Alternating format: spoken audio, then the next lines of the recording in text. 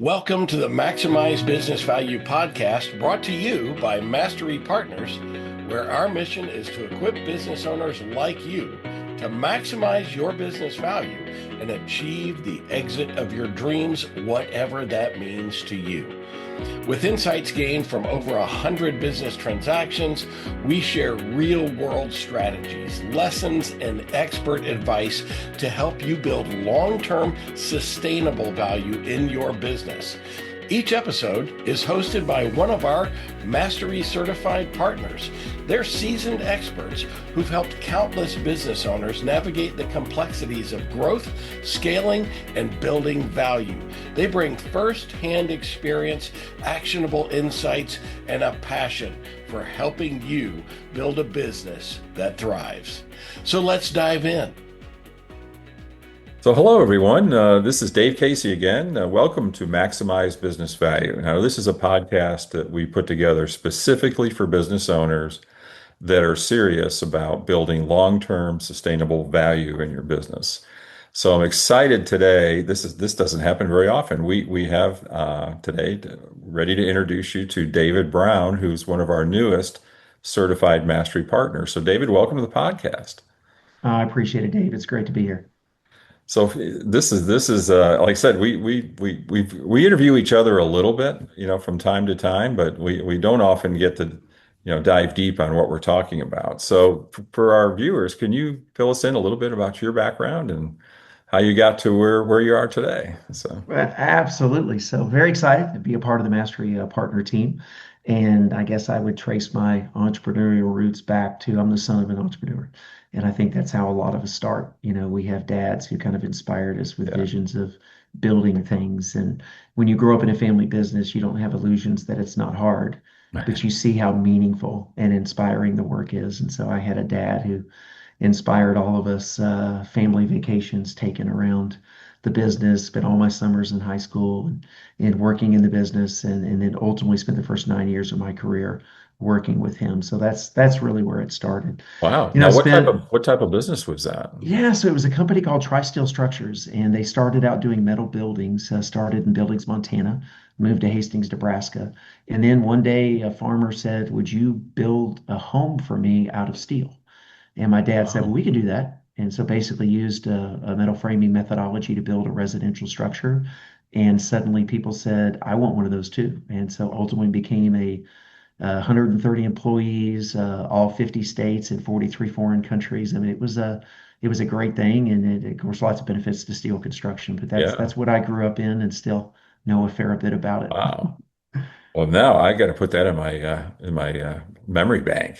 So there might Absolutely. be some questions, but I Especially have a the day lot. you have termite issues, that's when you start really thinking Yeah, about it. right. Wouldn't it be nice if?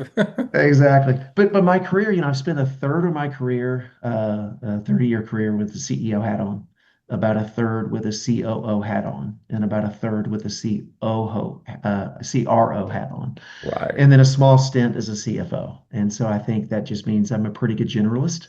Yeah, the And I've probably C-suite. sat in all the seats as it Yeah. relates to small businesses, all except one firm had 150 employees or less. And so it's always been in an entrepreneurial lane. Yeah. And that's what I really enjoy. Wow, that's incredible. What a great complementary background for what we do at Mastery. I mean, that's you have experienced it all, and that's tremendous. Because I kind of grew up on the sales side of the world and had my own company for many years, but I had a business partner that really took care of the financial side and some of the banking relationships and all that. And I was really focused on sales and marketing and the technical side of things. So I have great admiration if you've sat in all those seats and have all that experience. That's really strong. I mean, It really does help in the sense, whether it's consulting or mastery partner coaching. yeah. I can empathize. Oh yeah, I've yeah, probably been in that seat. I've yeah. probably, whether it's how are we going to make payroll, how are we going to handle this growth, what would an acquisition look like? I mean, just some of Absolutely. those standard stuff that entrepreneurs are like, man, I didn't go to school with this, Yeah. and so I've probably had the privilege or the struggle to go through some of that. So Yeah, yeah, that's wow. That builds, as they say, builds character. builds character. So, Yeah, yeah, so let's dig a little deeper on the company that you exited most recently. So sure. I know it was in the technology space, right?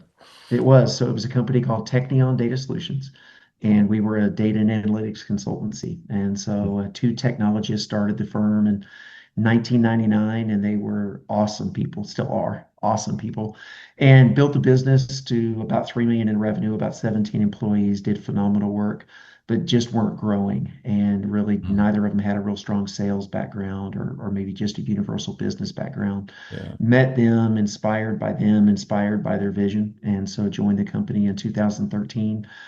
First question was, you want to grow, but what does that mean? Like, how would we define Yeah. success? And they said, boy, if we could 8x the business in an 8 to 10 year time period, then step back and say, do we want to keep it? Do we want to sell it? That would be a definition of success. And so Wow. I joined in, and again, God's grace was we did it. We 8x the business over about a 10-year period and ended up going to market, ended up selling that business to a private equity backed strategic. And post acquisition, I stayed for 2 years of kind of earn out and integration. And Uh-huh. then at that point, just tried to decide if I was having fun and if this is what I was inspired to do. And it was a larger firm, about 650 consultants at the time and private Wow. equity backed. And I'm a small business guy, and so Yeah. made the Yeah. decision last fall to leave that seat and spend a little time in pretty places holding my wife's hand, which was amazing. And then came into this year largely doing this kind of stuff, just Wow. working with entrepreneurs and small business CEOs, helping them grow and scale businesses. So Wow. Well, it's what a blessing to those that you will coach and have coached. So that's really cool. I like that. And the fact that that those individuals understood that they weren't the ones that were going to really generate that 8x, that they needed a David Brown in there somehow. yeah, yeah, That's and I pretty couldn't cool. have done, I could not have done what they did. They Yeah. built data Yeah. warehouses and software development and really Yeah. technical, geeky kind of stuff that would Yep. not have been me. So the partnership was high trust, and we had a common vision. And Yeah. and one of the unique things, if I can dive into it a bit, is we started out on this growth curve, and of course the first thing we had to do is create a growth culture, Yeah. and so really focused on inspiring people on how we want to grow, why we want to grow, what it will mean to grow. Did it. We 4x the business, but what was happening is we were growing top line, we were shrinking bottom line. And Ooh. we kind of rationalized this. Well, we're just investing in growth. We're investing Yeah. in growth. And at some point, That will come. 20, That will come, as they say. exactly, exactly. And $24 million nonprofits are not valuable, right? So we had to turn it around. And that's when we came across this concept called the great game of business or open book Yeah. management. And Yeah. I can dive into that if you want to, but it refocused our goals and our people and our metrics around bottom line instead of top line. Yeah. And by the time we completed that last doubling, we had our EBITDA percentage back up at an all-time high, and Wow. we're able to sell at a high gross and a high net, Wow. and it was phenomenal. So I'm kind of an evangelist around the great game. Pretty I excited see about where the you would be. concept. Yeah. That's sometimes that gets lost in the translation. And I think particularly for, I was in a technology company as well. The difference was, I guess, that my partner and I were in that business. We were both had business degrees. We didn't have technology degrees, although I was pretty geeky. And I did a lot of the setting the course and strategy of where we're going to go, what type of technology we're going to be deploying, and where should we do next. And we're making good profit here, but that's not going to last very long. Nothing lasts very long in the technical world. There's always a new something. Yeah. So I was fortunate enough to have make those kind of decisions, but I wasn't as focused as you described on the bottom line. I Yeah. was thinking, like many small business people, is well, I've got to get to a certain size to be consequential. So I'm gonna sacrifice everything to get to 10 million in revenue, then to get to 20 million in revenue, or whatever the number might be. And I think we lose sight sometimes, or definitely when working with our clients, you've got to do that profitably, or it's probably you may dig yourself a hole that you can't get out of. You may have And, built something that's tough. and we were on that path. I mean, Yeah, everything was focused top line. We were so excited to be growing. yeah, And then suddenly realize it. And where the rubber meets the road is we created incentive plans and bonus plans tied to top line. But if yeah, you're growing top line and you're not growing profitability, you suddenly find yourself creating bonus plans you're struggling to fund. That is a red flag. And yeah, that was the point where it's like, okay, we can't excuse growth with lack, for lack of profitability. We're going to have to yep, figure both out. And that's when we kind of embraced, we're going to re-engineer our business around bottom line. We're going to become transparent about how our business makes yep, money. Are we making money? And create kind of a universal profit share across the organization.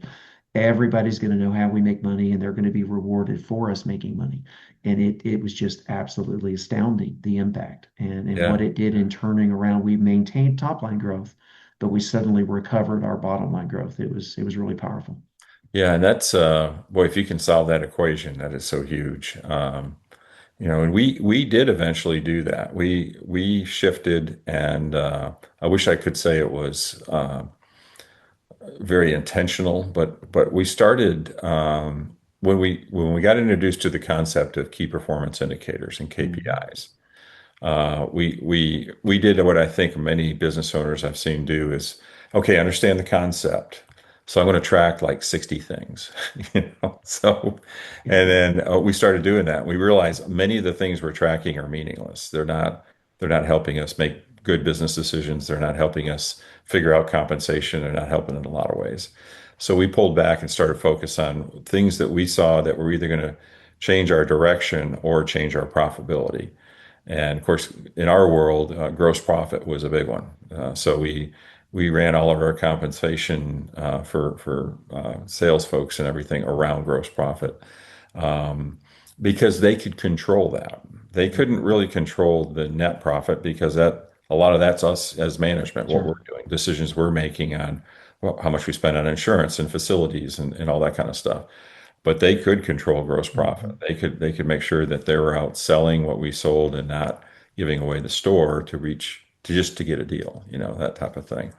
And that made a huge difference in and I don't know if yours kind of incremental, or was it, okay, we've made this decision, we've started playing the great game of business, and we just went all in.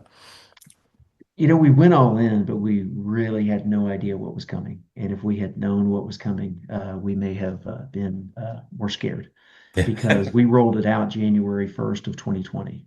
And so Wow. we created unparalleled transparency in our business Yep. across our probably 55 or 60 employees at the time. And then, of course, when COVID hit, we Yeah. had significant clients in hospitality and transportation, and they went away. So in Yeah. the past, when revenues were coming down, when profits were coming down, there would have been about four of us that would have known that. We would Yeah. have sweated in the back room, and the rest of the company would have been uninformed and nervous, but they just wouldn't have known, what Yeah. was going on. And we would have played that tension of how much do you share, what's too much. Because we were playing the great game, people were seeing the numbers real time. Wow. And so, but what that did is because they were informed, because they were incented, because they were involved, they suddenly started brainstorming around, well, I can't get on a plane to find a new client. So what are we going to have to do? I'm going to have to grow existing clients. So Mhm. suddenly our technical people became very entrepreneurial. They started growing existing clients, which was our only revenue for increasing revenue at the time.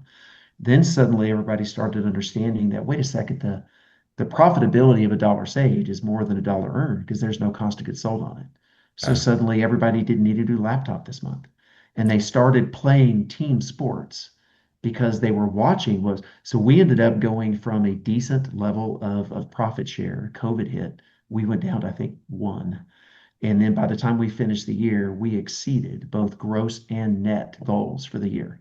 100% because of the team rallying around what it Yeah. would take for our business to make money in that environment would not have happened if Yeah. that had not been the case. And so it was a game changer for us. Yeah. No wonder you're an evangelist for that. I mean, I that's am an amazing. evangelist for it. What's Yeah. really cool is obviously it helped us understand, not just as owners, we understood the numbers of our business.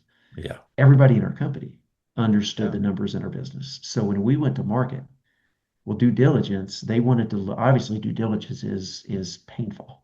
And Mhm. they want to look at every number in the world. They want to talk to lots of people. And everybody they talked to in our business understood how our business made money. Yeah. And we understood our metrics because they were transparent. Yeah. And so they actually communicated that they paid more for us because of the maturity of our data and analytics and because of the great game. But of course, being intrigued with something is a whole different measure than adopting it. And so they let us, once, post acquisition, they said, we're going to let your division continue to play the game. We're just going to watch you. Hmm. And they watched us from April to the end of the year. They ended up making the decision to roll it out across the entire mothership. And so we rolled the great game of business out across 3 business units and across over 500 consultants and got to run it that way for a couple of years before I left. And so does it work at small scale? Absolutely. But can it work at mid scale? Absolutely. Because at Wow. the end of the day, it's incentive, Yeah. it's information, and it's influence. Well, and I think you touched on it earlier. I think it's the that open communication that people aren't just working a job. They understand entirely the big picture. They understand, their roles, responsibilities, contributions, costs, and everything, as well as everyone else's. And Absolutely. so, how do you resolve, or did you run into this issue where maybe you've got a work group that they're doing great. I mean, they're focused on it. Everything's controlled, and you've got another group that maybe uh, they got the esprit de corps. They're ready to do it, but they're just not executing as well. So their costs are higher, or their results are a little off from that. And certainly there's competition between groups within the company. So how do you resolve that you don't have buddy point, hey, that guy's taking too many people to lunch, or whatever the Yeah. situation is. I mean, honestly, transparency is phenomenal accountability. Oh, I mean, if you think about it, like if you want your kids, if the expectation is they make their beds, if you stop checking whether they made their bed, 2 weeks in, they're not making their bed. right, right. People tend to do the things that have eyes on it. Yeah, In a transparent environment, you don't even have to say anything because the numbers are on the board. yeah, And so when your numbers aren't up to par, you're asking the question of, well, what do I do to change that? And there's 10% of people that don't want to operate in a transparent, right. accountable, environment. And that's okay because there are lots of places where they can go and they can thrive. But 90%, especially at a small business entrepreneurial level, they want to grow, they Yeah, want to excel, they want to, and so they just embraced the accountability that came with transparency. And I'll be honest with you, the accountability driven by transparency is not just at an employee level.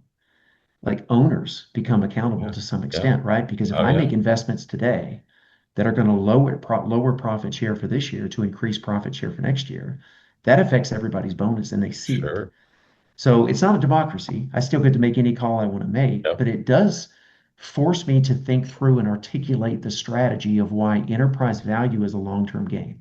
Yeah, It's not a short-term game. And so the first year, everybody we game, gamification changes behavior. Suddenly nobody wants to do any training anymore. They don't want to do employee, appreciation stuff, right? yeah, Because we can just increase our bonuses. Well, that's not going to help the culture and that's not yeah, going to make us yeah, better. And so you really have to preach despite the incentive. It's really a long game and we want to be investing in yeah, next year's bonus as much as we want to focus on this year's bonus, yeah. which is And good and for we everybody. want everybody to be here next year. We want, 100%. and all that. 100%. So, yeah, that was always a balance that because I had the same deal. I did not have everyone in the company. Well, I did have everyone in the company on some sort of bonus plan, but some of them were, you know, it was almost an extension of their income. I mean, I wasn't Hmm. going to deny them the bonus, even if we had a tough time, because it wasn't a significant amount. Sure. But there were key people that had significant part of their income was tied up in how well the company did. And I always was playing this game, and it sounds like you guys had a much easier way with doing this, but it was always balancing. I had, like, sales team has their own incentives, the technical team had their own incentives, financials, Hmm. let's say, have their own incentives. And and they could work. The idea was to try to get everybody working in the same direction. That And the hardest were, I would say, the back office people, That's right. because they were looking at, well, the easiest way for us to make our numbers look better is make sure those guys over there don't get paid as much. So it's like, okay, no, that's not what I meant. Yeah. So we had Yeah. to get in, make sure that everybody was pointed the right direction and or the same direction. And the more I've learned about the great game, those things are kind of built into the architecture of it, I think, so that it really does. No matter what your role is, no matter what your responsibility is, what your compensation is, that everybody can see how they fit and see that they too can, they can make a difference and they can be compensated for that. So, Yeah. And one of the neatest things as an owner,